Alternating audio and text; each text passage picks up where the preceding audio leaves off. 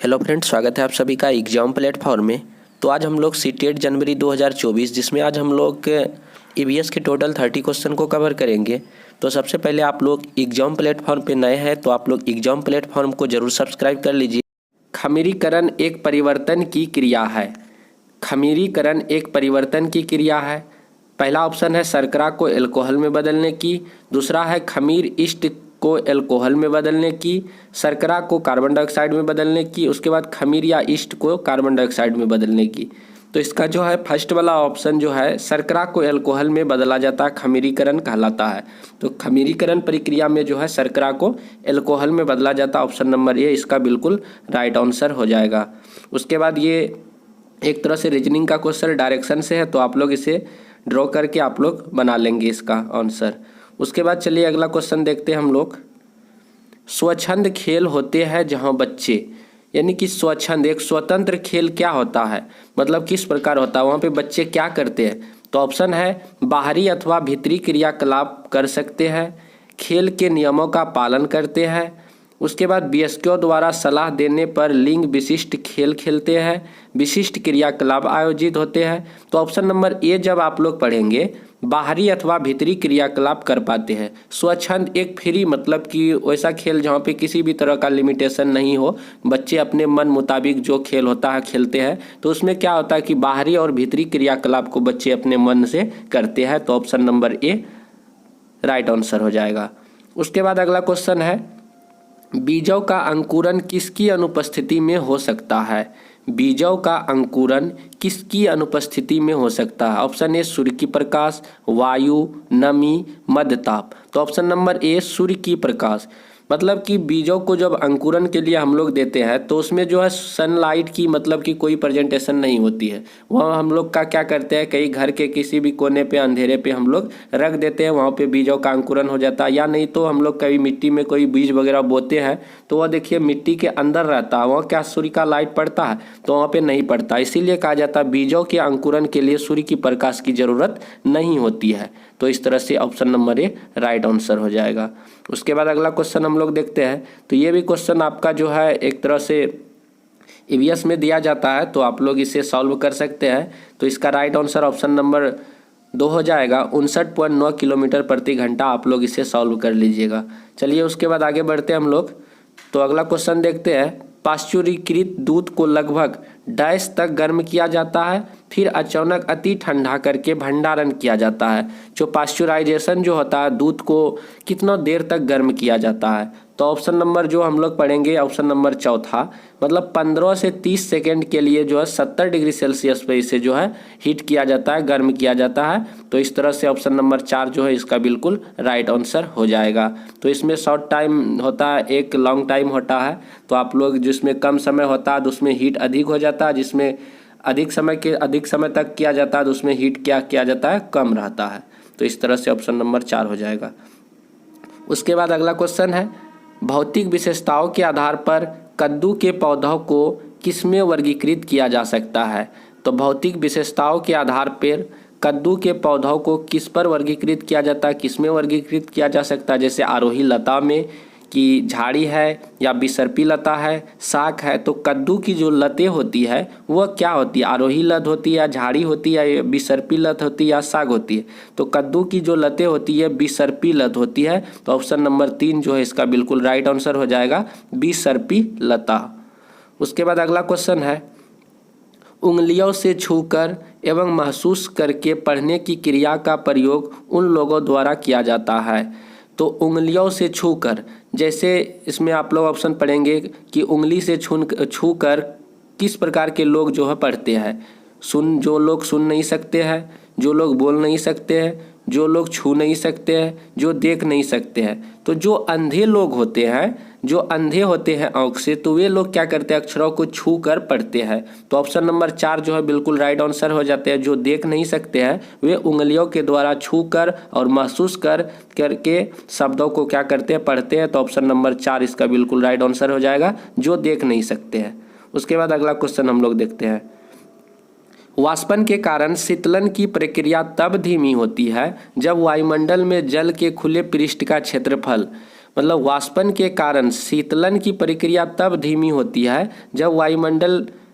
जब वायुमंडल में जल के खुले पृष्ठ का क्षेत्रफल क्या होता है, तो आप लोगों को बताना है। तो इसमें जो है ऑप्शन नंबर 4 घटता है और वायुमंडल की ताप निम्न होता है। तो इसमें क्या होता है, घटता है और वायुमंडल की ताप क्या हो जाता है, निम्न हो जाता है। तो इस तरह से ऑप्शन नंबर 4 इसका बिल्कुल राइट आंसर हो जाएगा। तो वाष्पन के कारण शीतलन की प्रक्रिया तब धीमी होती है और जब वायुमंडल जल के खुले पृष्ठ का क्षेत्रफल क्या होता है, तो पहले घटता, वायुमंडल की ताप क्या हो जाता है, घट जाता, निम्न हो जाता है। उसके बाद अगला क्वेश्चन है आपका, बुंदेलखंड क्षेत्र की फुर्तीली नृत्य शैली है। जो बुंदेलखंड क्षेत्र है उसकी फुर्तीली नृत्य शैली कौन सी है, स्वांग, मटकी, भागोरिया या लावनी। तो इसका राइट आंसर हो जाएगा ऑप्शन नंबर 1 स्वांग नृत्य जो है बुंदेलखंड की नृत्य है। तो इस तरह से आप लोग इसे टिक करेंगे, ऑप्शन नंबर ए इसका बिल्कुल राइट हो जाएगा। उसके बाद चलिए अगला देखते हैं हम लोग। अगला है पौधों के संदर्भ में सही विकल्प का पहचान कीजिए। पौधों के संदर्भ में आपको सही विकल्प का पहचान करना है कि पौधे क्या होते हैं, उसके द्वारा क्या करते हैं हम लोग। जैसे पौधे भूक्षरण को रोकता है, मतलब भूमि के कटाव को रोकते हैं, ये सही बात है। पौधे लगाते हैं हम लोग, उससे क्या होता है, मिट्टी का कटाव क्या होता है, रुकता है, सही बात है। मृत एवं सूखी पत्तियों उर्वरक एवं कीटनाशक बनाने के लिए प्रयुक्त होती है।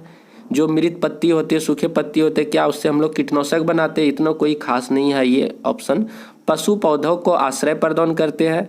पशु जो है पौधों को आश्रय प्रदान करते हैं। यहाँ यदि पौधे रहता पशु को आश्रय प्रदान करते तब थोड़ा सा सटीक बैठता। उसके बाद पौधे हमें बीज प्रदान करते हैं जिनमें कुछ खाए जा सकते हैं। तो ये जो है सही लग रहा है। तो ए और डी किस में है, ऑप्शन नंबर 4 में ए और डी इसका बिल्कुल राइट आंसर हो जाएगा। पौधे भूक्षरण को रोकता है और पौधे से हम लोग बीज प्राप्त करते हैं और उसके कुछ बीजों को हम लोग खाते भी है। तो ये राइट आंसर हो जाएगा। उसके बाद चलिए अगला क्वेश्चन देखते हैं। पौधों के भागों तथा उनके कार्यों यानी कि भूमिकाओं को नीचे बताया गया सबसे उपयुक्त कथन कौन सा है। पौधों के कुछ भाग और उनके कुछ कार्य के बारे में बताया गया। जैसे जड़ें पौधे को पत्तों से जोड़ती है, जो मतलब कि जो इस तरह के जो पेड़ होते हैं, क्या उसके जो है पत्ते जो है क्या मतलब कि वो जड़ें को जोड़ते हैं। पत्ता बहुत ही ऊपर रहता है, इस प्रकार यहाँ पे जो है पत्ते रहते हैं, और जड़ बहुत ही नीचे में रहते हैं। जड़ क्या रहते हैं, नीचे रहते हैं। तो इस तरह से ये कोई सटीक नहीं है। उसके बाद फल परागण से सहायता करते हैं, ये भी फल परागण में सहायता करते हैं, ये सटीक नहीं बैठता है। उसके बाद फूल पौधे के प्रजनन अंग है। उसके बाद अगला है पत्ते पौधे के ऊपरी भाग को सहारा देते हैं। पत्ते क्या जो ऊपरी पौधे के ऊपरी भाग होते हैं उसे सहारा देते हैं, ये भी उतना सही नहीं है। लेकिन ऑप्शन यदि हम लोग 3 जब पढ़ेंगे, फूल पौधे के प्रजनन जो होते हैं, फूल जो होते हैं आपके जो फूल होते हैं वे जो ही मतलब कि उसमें जो है परागण की क्रिया जो होती है, प्रजनन की क्रिया होती है, फूल से ही होता है। तो इस तरह से इसका राइट आंसर हो जाएगा फूल। तो फूल पौधे के प्रजनन अंग होते हैं, ये राइट आंसर है ऑप्शन नंबर 3। उसके बाद अगला क्वेश्चन हम लोग पढ़ते हैं। निम्नलिखित में से भारत के संघ शासित प्रदेशों का युगल चुनिए। मिजोरम या लक्षद्वीप, झारखंड, छत्तीसगढ़, लद्दाख, पुडुचेरी, जम्मू कश्मीर और नागालैंड। तो आप लोगों को बताना है कि इनमें से युगल जोड़ी कौन सा है। तो जम्मू कश्मीर और नागालैंड ये राइट आंसर लगता है। तो ऑप्शन नंबर 3 जो है आपका लद्दाख और पुडुचेरी। तो लद्दाख और पुडुचेरी जो है आपका भारत के संघ शासित प्रदेशों का युगल चुनना है। तो लद्दाख और पुडुचेरी ऑप्शन नंबर 3 इसका बिल्कुल राइट आंसर हो जाएगा। उसके बाद अगला क्वेश्चन है आपका, एक सांस्कृतिक उत्सव में श्रुति ने महाराष्ट्र की एक पारंपरिक साड़ी यानी कि पोशाक पहनी थी जिसका नाम है। एक सांस्कृतिक उत्सव होता है और श्रुति ने महाराष्ट्र की एक पारंपरिक साड़ी या पोशाक पहनी है, उसका नाम क्या है। बनारसी, बनारसी तो ये नहीं होगा, ये तो उत्तर प्रदेश बनारस की बात हो जाएगी। नवारी, कलमकारी, जामदौनी। तो ऑप्शन नंबर 2 आप लोग टिक करेंगे। तो इस तरह से ऑप्शन नंबर 2 नवारी जो है, नवारी ये बिल्कुल राइट आंसर हो जाएगा। महाराष्ट्र में जो साड़ी या पोशाक पहनी जाती है उसे क्या बोला जाता है, नवारी। तो इस तरह से राइट आंसर हो जाएगा। उसके बाद है अगला क्वेश्चन, बाल विवाह निषेध अधिनियम 2006 के अनुसार भारत में विवाह की न्यूनतम आयु क्या है। तो आप लोग वैसे भी आप लोग जानते होंगे कि लड़कों के लिए 21 वर्ष और लड़कियों के लिए 18 वर्ष। तो ऑप्शन नंबर 2 आप लोग पढ़ेंगे, लड़कियों के लिए 18 वर्ष और लड़कों के लिए 21 वर्ष। तो ऑप्शन नंबर 2 बिल्कुल राइट आंसर हो जाएगा। चलिए उसके बाद आगे हम लोग बढ़ते हैं। अगला क्वेश्चन है आपका, कक्षा 3 में पढ़ने वाले मधु अपने घर में लगे गुलाब और तुलसी के पौधे को पहचानती है। कक्षा 3 की विद्यार्थी है कौन? मधु, और अपने घर में लगे हुए गुलाब और तुलसी के पौधे को पहचानती है। पौधे को पहचानने में निम्नलिखित में से कौन सी प्रक्रिया शामिल है? तो मधु जो है अपने घर में गुलाब और तुलसी के पौधे को देखती है और उसमें पहचान करती है, तो उसमें क्या कर रही है? अवलोकन करती है, तुलना करती है, अनुमान लगाती है या निर्णयन करती है। तो आपको बताना कि वह क्या करती है। सबसे पहले वह तो एक देख रही है, तो वह अवलोकन तो हो जाएगा, ऑप्शन नंबर ए अवलोकन भी होगा। उसके बाद जो है आपका अवलोकन, उसके बाद जो है एक दूसरे से क्या करेगा कि कंपैरिजन करेगा। अवलोकन करेगा पहले कि वह देखेगा कि ये तुलसी का है, उसके बाद ये क्या है, ये जो है गुलाब का है, तो ये गुलाब का है, ये जो है तुलसी का पौधा है। तो उस तरह से वह जो है देखेगा, ये तुलसी का है, ये गुलाब का है, दोनों के बीच वह क्या करेगा, दोनों के बीच वह कंपैरिजन करेगा। तो कंपैरिजन करेगा और वह देखेगा, तो अवलोकन और तुलना ये दोनों राइट आंसर हो जाएगा। तो ऑप्शन नंबर ए जो है इसका बिल्कुल राइट आंसर हो जाएगा। ऑप्शन ए में है ए और बी, मतलब अवलोकन और कंपैरिजन यानी कि तुलना, इसका राइट आंसर हो जाएगा। चलिए उसके बाद आगे बढ़ते हैं हम लोग। अगला क्वेश्चन है आपका, पर्यावरण अध्ययन के शिक्षण अधिगम में प्रकृति की सैर संचालित करने का उद्देश्य है। पर्यावरण अध्ययन के शिक्षण अधिगम में प्रकृति की सैर संचालित, मतलब पर्यावरण अध्ययन को अच्छे से सीखने के लिए इसके लिए क्या करना चाहिए, सैर करना चाहिए, मतलब घूमने फिरने की बात है, पर्यटन की बात है। तो वनस्पति जगत एवं प्राणी जगत पर विशेष बल देना और प्रकृति के साथ भावनात्मक संबंध का विकास करना। उसके बाद है प्रकृति एक आभासी यात्रा करना। अगला ऑप्शन है एक पार्क में सैर करना और विद्यार्थियों की तंदुरुस्ती को सुनिश्चित करना। ये सब ऑप्शन उतना सटीक नहीं। विद्यार्थियों को बागवानी में व्यस्त रखना, एक रसोई बगीचा में विकसित करना, ये भी उतना ऑप्शन सटीक नहीं है। लेकिन ऑप्शन एक जब आप लोग पढ़ेंगे, ऑप्शन एक को जब आप लोग पढ़ेंगे, वनस्पति जगत एवं प्राणी जगत पर विशेष बल देना, तो पर्यावरण अध्ययन में शिक्षण अधिगम की प्रकृति की सैर संचालित का क्या उद्देश्य होता है? वनस्पति जगत और प्राणी जगत पर विशेष बल देना और प्रकृति के साथ भावात्मक संबंध विकास करना कि कैसे पेड़ पौधे बढ़ते हैं, कैसे क्या होते हैं, कैसे नदी झरना पर्वत पठार पशु पक्षी के बारे में विशेष रूप से उसे क्या जानकारी इकट्ठा करना, ये राइट हो जाएगा। उसके बाद अगला क्वेश्चन है, रेजी कहती है वो अपने पिता की तरह ट्रक ड्राइवर नहीं बन सकती, उसे अपनी माँ की तरह घर बार संभालना है और बच्चों की देखभाल करनी है। निम्नलिखित में से कौन सी विधि कक्षा में जेंडर संबंधी इस अवधारणा को संबोधित करने हेतु सर्वाधिक उपयोगी रहेगी? समूह चर्चा, चलचित्र प्रदर्शन, भूमिका निर्वहन और खेल। तो इस तरह से समूह चर्चा जो है ये ज़्यादा परफेक्ट रहेगा, ऑप्शन नंबर ए इसका राइट आंसर हो जाएगा। उसके बाद अगला क्वेश्चन है, कुछ बच्चे एकल अभिभावक परिवार में रहते हैं, इस परिस्थितियों में आपकी क्या प्रतिक्रिया है? कुछ बच्चे जो है एकल अभिभावक, मतलब उसमें जो है सिर्फ माताएं होती है या नहीं तो पिता होते हैं, तो एकल अभिभावक होते हैं, घर के एक मुखिया होते हैं। इस परिस्थिति में आपकी क्या प्रतिक्रिया होगी? इन बच्चों को अवहेलना करे और विषय परिवार के संबंधों को ध्यान केंद्रित करे। इन बच्चों की अवहेलना करना चाहिए? बिल्कुल नहीं करना चाहिए। इन बच्चों को सहानुभूति दर्शाए और उन्हें परिवार की पद समझाने के लिए कहे, ये सहानुभूति जैसी बात है, ये थोड़ा सा सटीक लग रहा है। ऐसे परिवारों में बच्चों द्वारा सामना की गई कठिनाइयों पर विशेष बल दे और विषय पर ध्यान केंद्रित करे। ऐसे बच्चों के संदर्भ सम्मिलित करे और सहानुभूति एवं संस्कृति का निर्माण करे। ये ऑप्शन चौथा वाला ऑप्शन जो है ज़्यादा सटीक लग रहा है। तो ऑप्शन नंबर 4 हम लोग जब देखेंगे तो ऑप्शन नंबर चौथा जो है बिल्कुल ही ज़्यादा सटीक है। ऐसे बच्चों के संदर्भ सम्मिलित करे और सहानुभूति की एक संस्कृति का निर्माण करे। तो इस तरह से ये जो है ज़्यादा सटीक है और ये ऑप्शन नंबर 4 सही हो जाएगा। उसके बाद अगला क्वेश्चन हम लोग देखते हैं। अगला है आपका, रूपल कक्षा 5 की छात्रा है। वह अपने शिक्षक को बताती है कि जब उसकी छोटी बहन रोती है तो दादी उससे कहती है कि चुप हो जा, नहीं तो चांद पर बैठा बूढ़ा बाबा उसे ले जाएगा। छोटे छोटे बच्ची जब होती है तो उसे मम्मी या दादी उसे जो है कुछ इस तरह की भी बातें कहते हैं, चुप हो जाओ नहीं तो आएगा अभी तुमको चोर ले जाएगा, इस तरह की बातें बोलते हैं, लेकिन छोटे छोटे बच्चे को इस तरह की बातें नहीं बोलना चाहिए। बच्चे का उसका जो है एक डर मतलब की टाइप का जो है आ जाता है, वह भय होने लगता है। तो बच्चे को हमेशा पॉजिटिव बताना चाहिए। छोटे बच्चे होते हैं उसे डर वाली बात किसी भी तरह का, जैसे यहाँ पे चुप हो जाओ नहीं तो चांद पे बैठा बूढ़ा बाबा आएगा तुम्हें ले जाएगा, इस तरह की बातें कर रही है। यदि आप रूपल के शिक्षक हैं तो आप क्या करेंगे? जैसे ऑप्शन में है, रूपल की दादी से बात करेंगे, उन्हें ऐसा करने से मना करेंगे। रूपल से बात करके समझाएंगे कि दादी झूठ कह रही है।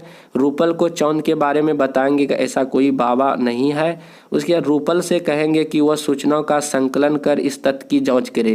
तो हम ये कर सकते हैं, हम यदि शिक्षक है तो ये कर सकते हैं, रूपल को कहेंगे कि इस सूचनाओं का संकलन करो और इस तथ्य की जाँच करो। तो ये बात कर सकते हैं। ऑप्शन नंबर 4 बिल्कुल राइट आंसर हो जाएगा। उसके बाद अगला क्वेश्चन हम लोग देखते हैं। कक्षा 1 में शिक्षक के रूप में आपसे अपेक्षा है कि आप विद्यार्थियों को ज्ञानेंद्रियों से परिचित करवाएं। तो मान लीजिए कि आप कक्षा 1 के शिक्षक हैं और आपसे अपेक्षा की जा रही है कि आप विद्यार्थियों को ज्ञानेंद्रियों से परिचित करवाएं। तो विद्यार्थियों के विषय के संदर्भ में पढ़ने के लिए और तैयारी के साथ कक्षा में आने के लिए कहेंगे। उसके बाद अगला क्वेश्चन ऑप्शन है, विद्यार्थियों को उनके अपने शब्दों में ज्ञानेंद्रियों के विषय में लिखने के लिए कहेंगे। प्रत्येक संवेदनाओं का कार्य चित्रण करने के लिए मूर्त पदार्थों का उपयोग करेंगे। प्रत्येक संवेदनाओं का कार्य संपादित करने के लिए भूमिका निर्वहन का उपयोग करेंगे। तो आपको बताना है, तो इसमें जो है बच्चे जो है एक क्लास के जो भी बच्चे होते हैं उसमें प्रत्येक संवेदना कार्य का चित्रण करके, प्रत्येक भी जो भी संवेदना वाली कार्य है उसे जब हम लोग चित्र या फिगर बना के या मूर्त चीज़ के बारे में बताएंगे, ये कुर्सी ये टेबल है, इस तरह का टेबल का कुर्सी मतलब कि ये टेबल का फिगर बना दिए बच्चे को। अब कुर्सी बनाना है तो इस तरह से हम लोग क्या करेंगे, उसको कुर्सी बना देंगे। तो ये कुर्सी है, तो इस तरह से बता के उसको जो है मूर्त वाले पदार्थों से उसके क्या करेंगे, बताएंगे, तो वह ज़्यादा उसमें ज्ञानेंद्रियों से वह परिचित होंगे। तो ऑप्शन नंबर 3 जो है बिल्कुल राइट आंसर हो जाएगा। उसके बाद अगला क्वेश्चन है आपका, निम्नलिखित में से कौन सा पर्यावरण अध्ययन की प्रकृति की सर्वाधिक उपयुक्त व्याख्या है? निम्नलिखित में से कौन सी कथन पर्यावरण अध्ययन की प्रकृति की सर्वाधिक व्याख्या करता है? जैसे मानव व्यवहार और पारिस्थितिक तंत्र में सामंजस्य। उसके बाद प्राथमिक से लेकर माध्यमिक शिक्षा तक शिक्षा। उसके बाद पर्यावरण के बारे में सतत रहने वाली अधिगम प्रक्रिया, पर्यावरण के बारे में समझ और जानकारी। तो ऑप्शन नंबर 3 जो है पर्यावरण के बारे में सतत रहने वाली अधिगम प्रक्रिया, ये ज़्यादा इम्पोर्टेंट है। तो ये राइट आंसर हो जाए नंबर 3। उसके बाद अगला क्वेश्चन हम लोग देखते हैं। अगला क्वेश्चन है, कक्षा 2 में एक पर्यावरण अध्ययन के शिक्षक के रूप में आपको विद्यार्थियों को यात्रा थीम से परिवहन प्रकरण का संपादन करना है, इसलिए आप क्या करेंगे? कक्षा 2 में एक पर्यावरण अध्ययन के शिक्षक के रूप में है आपको विद्यार्थियों को यात्रा थीम परिवहन प्रकरण का संपादन करना है। तो आप क्या कहेंगे? विद्यार्थियों को इसके संदर्भ में पढ़ने और नोट्स बनाने के लिए कहेंगे। उसके बाद परिवहन के महत्व पर उन्हें कंप्यूटर प्रस्तुतिकरण दिखाएंगे। उसके बाद सूचना एवं संप्रेषण साधनों का उपयोग करेंगे, उनके अनुभवों का निष्कर्ष निकालेंगे। ये बहुत ही ज़्यादा हद तक सही है। क्या आप सूचना एवं संप्रेषण साधनों का उपयोग करेंगे और उनके अनुभवों से निष्कर्ष निकालेंगे। तो इस तरह के क्वेश्चन को जो है आप लोग ऑप्शन पढ़ेंगे और जो सारे ऑप्शन मतलब चारों ऑप्शन में जो जितना अधिक मतलब मजबूत आपको दिखेगा वही ऑप्शन को आप लोग टिक करेंगे, वैसे भी आपका सही हो जाएगा। उसके बाद अगला क्वेश्चन है यहाँ पे, पर्यावरण अध्ययन की प्रकृति को निम्नलिखित में से कौन सा कथन सर्वोत्तम प्रकार से प्रदर्शित करता है? पर्यावरण अध्ययन की प्रकृति को निम्नलिखित में से कौन सा कथन सर्वोत्तम प्रकार से प्रदर्शित करता है? तो पर्यावरण अध्ययन अपने आप में कोई अलग विषय नहीं है। पर्यावरण अध्ययन उच्च प्राथमिक कक्षाओं के विषय है, मतलब कि विषय जो कि पूरी तैयारी है, ये भी नहीं हो जाएगा। पर्यावरण अध्ययन पर्यावरणीय समस्या के बारे में जागरूकता और संवेदनशील है। पर्यावरण अध्ययन पर्यावरणीय समस्या को दूर करने की कुशलता है। तो आप लोगों को देखना है कि कौन सा ज़्यादा सटीक है। तो ऑप्शन नंबर 3 जो है आप लोग का पर्यावरण अध्ययन पर्यावरण और पर्यावरणीय समस्या के बारे में जागरूकता और संवेदनशील है। तो ये ज़्यादा ऑप्शन नंबर 3 जो है इम्पोर्टेंट है, तो ज़्यादा सटीक है। तो ऑप्शन नंबर 3 इसका जो है राइट आंसर हो जाएगा। उसके बाद अगला क्वेश्चन हम लोग बढ़ते हैं। अगला क्वेश्चन है आपका, कक्षा 3 के विद्यार्थियों को प्रकरण चिट्ठी आई है। प्रकरण है चिट्ठी आई है के शिक्षण के लिए निम्नलिखित में से कौन से क्रियाकलाप उपयुक्त है? संचार का पाठ पढ़िए और संबंधित अभ्यास कीजिए। विद्यार्थियों को सूचनाओं को जोड़कर और उनके शब्दों में लिखने के लिए कहिए। विद्यार्थियों को उनके दादा दादी को पत्र लिखने के लिए तैयार करिए। डाकिया के कार्य के अनुभव करने के लिए स्थानीय डाकघर जाने की योजना बनाइए। तो इस तरह से कौन सा ऑप्शन ज़्यादा सही है तो आप लोगों को टिक करना है। तो ऑप्शन चौथा हम लोग जब देखेंगे, ऑप्शन चौथा में है आपका सी और डी। तो सी में क्या है, विद्यार्थियों को उनको दादा दादी को पत्र लिखने के लिए तैयार करेंगे। तो इस तरह का पत्र वाली जब भी क्वेश्चन है तो उसमें क्या करेंगे कि आप अपने दादा को अपने दादी को पत्र लिखिए, तो ज़्यादा उससे अभ्यास होगा। उसके बाद डाकिया के कार्य के अनुभव करने के लिए स्थानीय डाकघर उसे ले जाएंगे, मतलब कि उसे एक तरह से पर्यटन घूमने के मतलब कि सैर के रूप में उसे जो है डाकिया के यहाँ ले जाएंगे, दिखाएंगे कैसे डाकिया होता है, चिट्ठी कैसे आता है। इस तरह से ऑप्शन नंबर 4 जो है राइट आंसर हो जाएगा, सी और डी। उसके बाद अगला क्वेश्चन है, निम्नलिखित में से कौन से कथन बच्चों के पर्यावरण अध्ययन सीखने के संदर्भ में सत्य है। निम्नलिखित में से कौन से कथन बच्चों के पर्यावरण अध्ययन सीखने के संदर्भ में है। जैसे ऑप्शन है, बच्चे अपने आपस की दुनिया से सक्रिय रूप से जुड़े रहते हैं। अलग अलग पृष्ठभूमि से आए बच्चे के समान संदर्भित अनुभव होते हैं। विविध सीखने सिखाने की प्रक्रिया को चुनौतीपूर्ण बनाती है। विविध सीखने सिखाने की प्रक्रिया को महत्वपूर्ण संसाधन है। तो ऑप्शन नंबर 2 हम लोग देखेंगे। 2 में आपका हो जाएगा कौन, 2 में ए, सी और डी।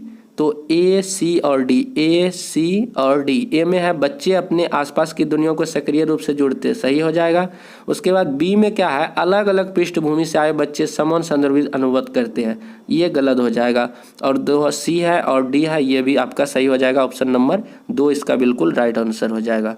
उसके बाद अगला क्वेश्चन हम लोग देखते हैं, कक्षा 4 के विद्यार्थियों को विषय पक्षियों प्रस्तुत करने के उद्देश्य से आप निम्नलिखित में से किससे प्राथमिकता देंगे। कक्षा 4 के विद्यार्थियों को विषय पक्षियों प्रस्तुत करने के उद्देश्य से आप निम्नलिखित में से किसे प्राथमिकता देंगे।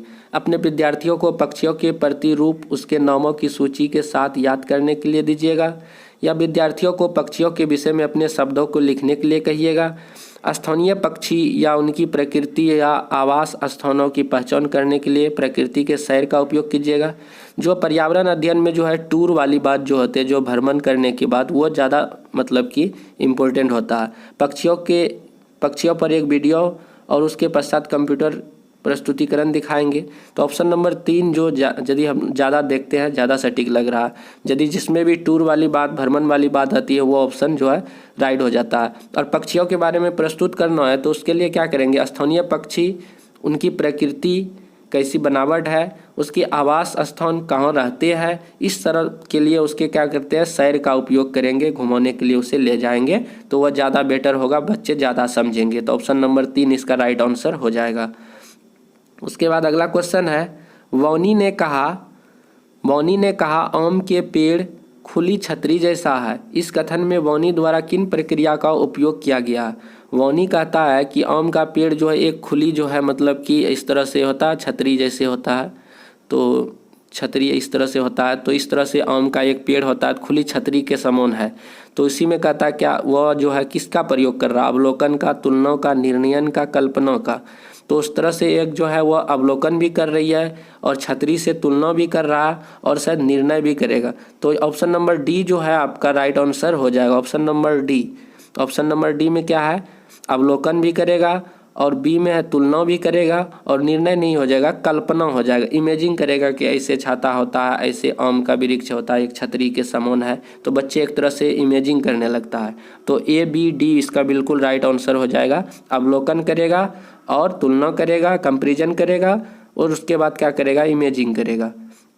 उसके बाद अगला क्वेश्चन है आपका, कक्षा 3 में विषय जल का शिक्षण करते हुए विद्यार्थियों ने ऐसे उदाहरण को साझा किया जिससे लोगों को सार्वजनिक संसाधनों जैसे कुएं, तालाबों इत्यादि से जल पीने के लिए मना किया गया था। आप ऐसी परिस्थितियों से कैसे निपटेंगे। ऑप्शन ए है विद्यार्थियों को विषय से हटने से रोकेंगे और विषय पर ध्यान केंद्रित करने के लिए कहेंगे।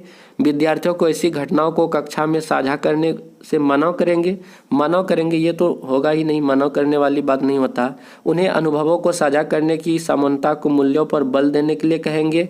उन्हें अनुभवों को साझा करने और जल संरक्षण पर निबंध लिखने के लिए कहेंगे। तो कौन सा ऑप्शन होगा? ऑप्शन नंबर 3 में जो ए, बी और डी, ए, बी और डी। तो इसमें जो है आपका ऑप्शन नंबर जो है, ऑप्शन नंबर आपका बिल्कुल 3 नंबर जो है ए, 3 नंबर में ऑप्शन ए, सी और डी है। 3 नंबर में क्या है? 3 नंबर में है ए, सी और डी। तो इस तरह से राइट हो जाएगा। बोले थे ना यहाँ पे मना करना है, तो इसीलिए ये जो है ऑप्शन गलत हो जाएगा। और तीनों ऑप्शन जो आपका जल के बारे में बताना है तो ये तीनों आपका सही हो जाएगा। उसके बाद 90 नंबर पे क्वेश्चन है आपका, पर्यावरण अध्ययन विषय हेतु निम्नलिखित में से कौन सा उद्देश्य सर्वाधिक महत्वपूर्ण है? पर्यावरण अध्ययन विषय हेतु निम्नलिखित में से कौन सा उद्देश्य सर्वाधिक महत्वपूर्ण है? उसके बाद है विषयगत अवधारणाओं का समझ का विकास, प्रायोगिक गतिविधि का समझ का विकास, अवलोकन, खोजबीन, तर्क, निष्कर्ष क्षमता का विकास, विवेक के आधार पर सही गलत तय करने की क्षमता का विकास। तो खोजबीन अधिगम जो है ऑप्शन नंबर 3 पे जो है ज़्यादा इम्पोर्टेंट है और सटीक है, क्योंकि आप लोगों को बताए थे खोजबीन अधिगम निष्कर्ष वाले जब भी ऑप्शन मिले तो आप लोग उसे टिक कर सकते हैं, तो इसमें पॉजिटिव वर्ड होता है। तो पर्यावरण अध्ययन के विषय हेतु निम्नलिखित में से कौन सा उद्देश्य सर्वाधिक महत्वपूर्ण है? तो अवलोकन, खोजबीन, तर्क और निष्कर्ष की क्षमता का विकास होना, ये राइट आंसर हो जाएगा। तो इस तरह से हम लोग टोटल 30 क्वेश्चन जो है ईवीएस के कवर किए। तो आप लोगों को वीडियो पसंद आया होगा तो अपने फ्रेंडों को शेयर भी कीजिए और चैनल को सब्सक्राइब कीजिए। तो मिलते हैं हम लोग अगले वीडियो पे, तब तक के लिए जय हिंद, जय भारत।